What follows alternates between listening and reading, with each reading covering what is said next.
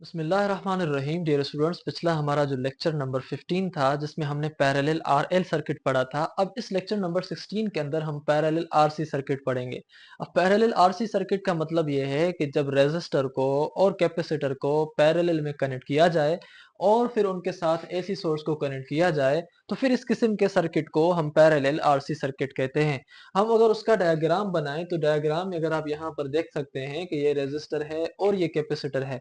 ये पैरेलल इसलिए हैं क्योंकि इन दोनों टर्मिनल कनेक्टेड हैं दोनों टर्मिनल्स ऑफ वोल्टेज के साथ।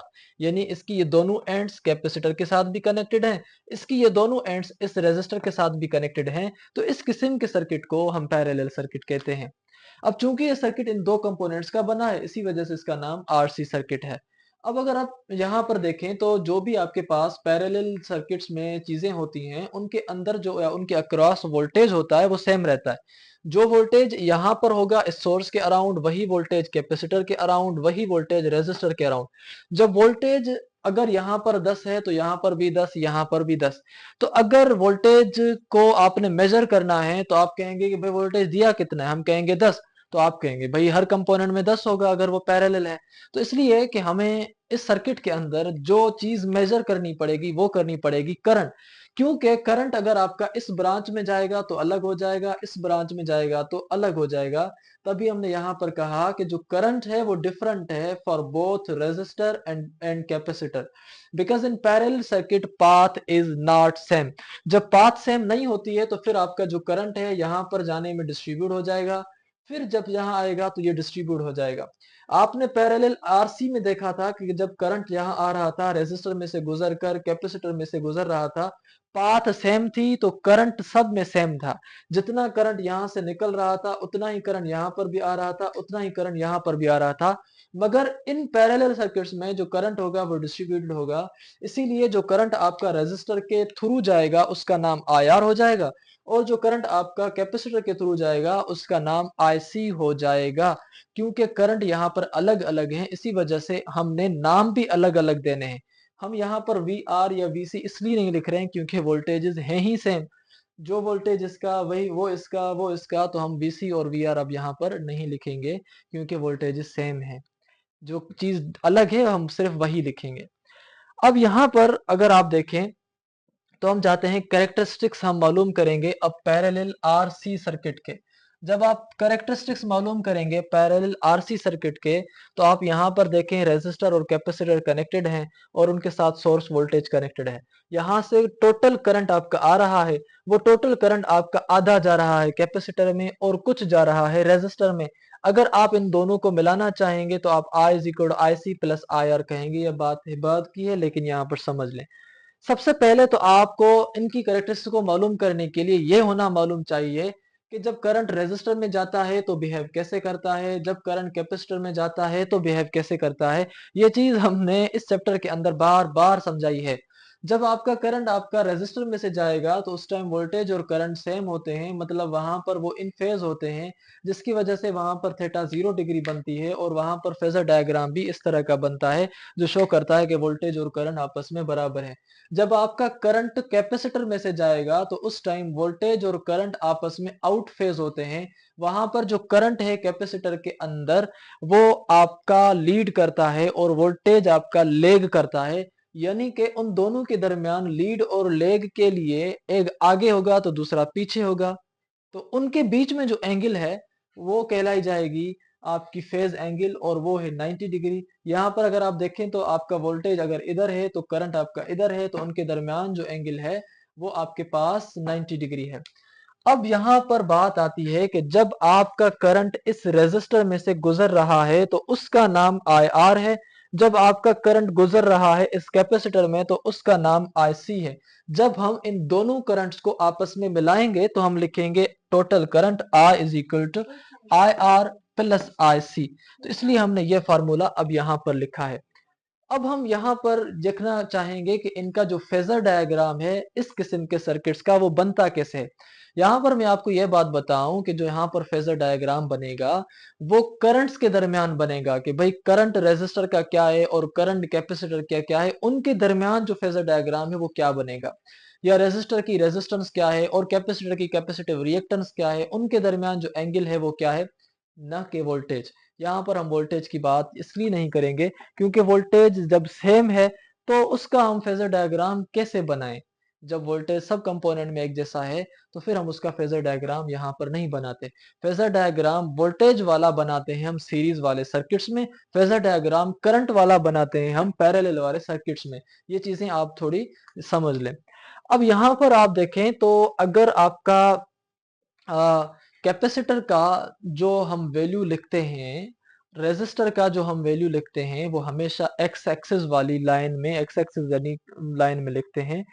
और रेजिस्टर चाहे रेजिस्टर का वैल्यू चाहे करंट रेजिस्टिव करंट हो, चाहे रेजिस्टिव वोल्टेज हो, चाहे रेजिस्टेंस हो, किसी भी किस्म का वैल्यू हो रेजिस्टर से रिलेटेड तो आप उसको हॉरिजेंटल लाइन में लिखेंगे।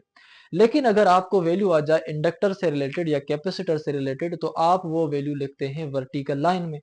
अगर आपके पास वैल्यू आता है कैपेसिटिव वोल्टेज का तो आप उसको वर्टिकल लाइन में लिखेंगे, लेकिन उस वर्टिकल लाइन की जो एरो होगा वो डाउनवर्ड करेंगे।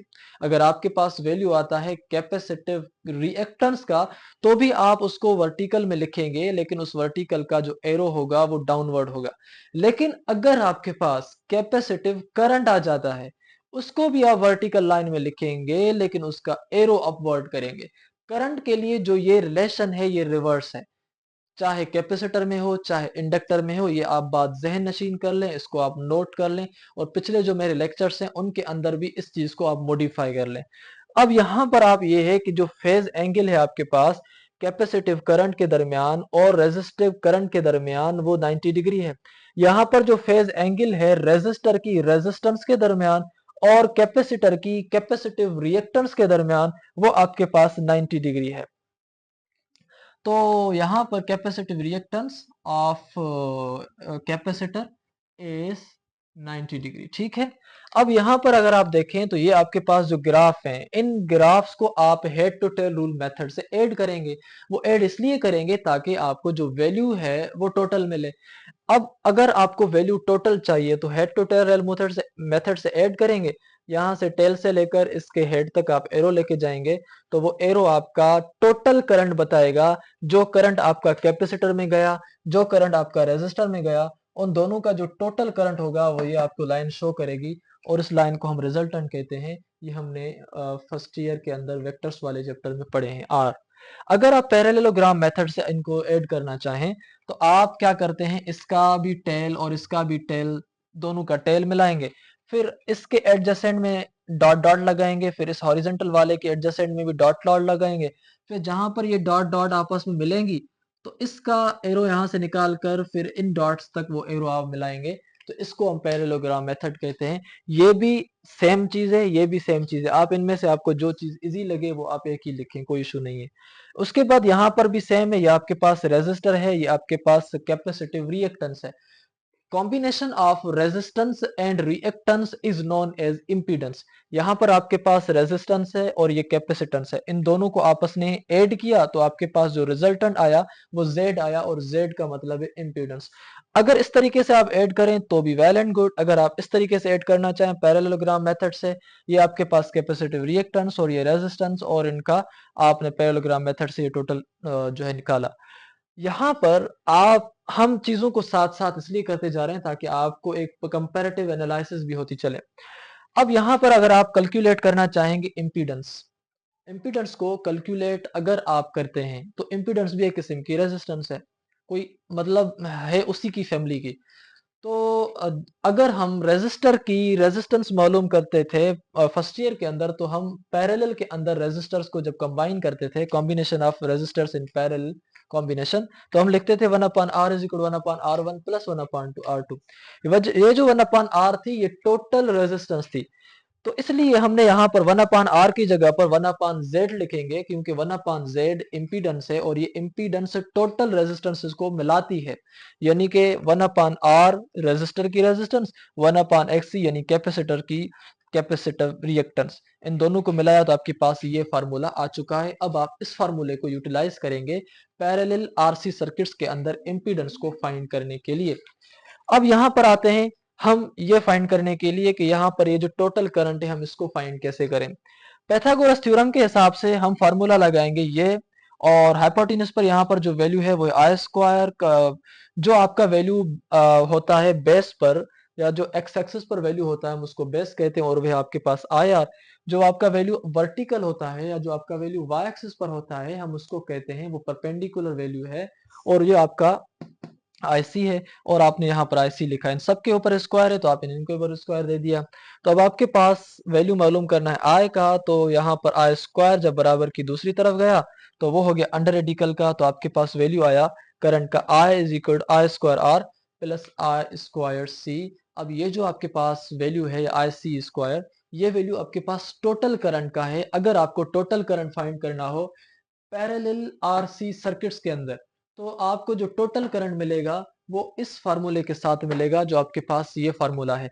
अगर आपको ये एंगल मालूम करनी है कि भाई इस आईसी और आईआर के दरमियान क्या फेज एंगल बन रही है, तो आपके पास ये फार्मूला है फेज एंगल का, वो टेन थीटा, आप इसको याद कर लें, वो बराबर होती है परपेंडिकुलर अपॉन बेस के।